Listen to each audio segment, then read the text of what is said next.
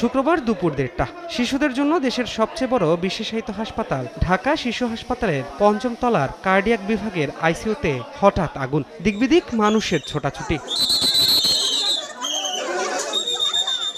ছোট সন্তানকে নিয়ে একে একে বের হতে থাকেন স্বজনরা। চোখে মুখে তখন ভয়ানক আতঙ্ক।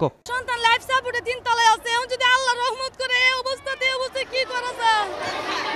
আগুন লাগার পরই তাৎক্ষণিক হাসপাতালের কর্মচারী ও সবার সহযোগিতায় রোগীদের NICU, PICU, high dependency ward সহ বিভিন্ন স্থানে স্থানান্তর করা হয়। ভেতরে প্রবেশ করতে দেখা যায় পুরো হাসপাতাল ছেয়ে গেছে ধোঁয়ায়। আগুন লাগার 10 মিনিটের মধ্যে ভবনটিতে প্রবেশ করে ফায়ার সার্ভিস। চলে প্রাণপণ চেষ্টা। তবে ধোঁয়ার কুণ্ডলীর কারণে আগুন নেভাতে বাধে বিপত্তি। ভাঙা হয় কাঁচের জানালা। বিশেষ যন্ত্রের মাধ্যমে ধোঁয়া বাইরে বের করে দেওয়া হয়।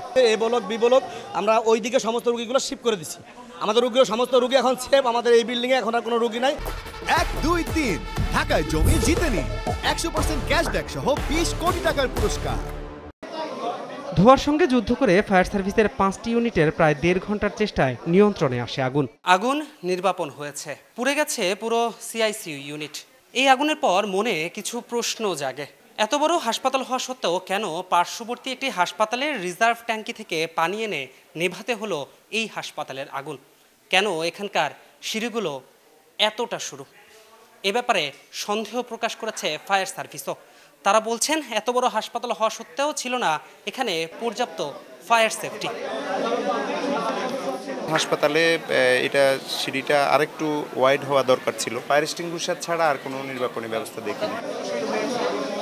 তবে হাসপাতাল কর্তৃপক্ষ দিলেন খোড়া যুক্তি। বলেন তাদের কোনো গাফিলতি নেই। কিছুদিন আগেই মেরামত করা হচ্ছে সার্বিক ব্যবস্থাপনা। শর্ট সার্কিট হয় এটা তো গড নোজ। আমাদের যে কারেন্টের সিস্টেম আছে কিছুদিন আগেও কিন্তু আমি সমস্ত তারগুলো চেঞ্জ করে দিয়েছি। 1 সপ্তাহ আগেও হাসপাতালটিতে আগুনের ঘটনা ঘটেছে বলে জানা গেছে। ধ্রুব ব্যানার্জি, সময় সংবাদ, ঢাকা।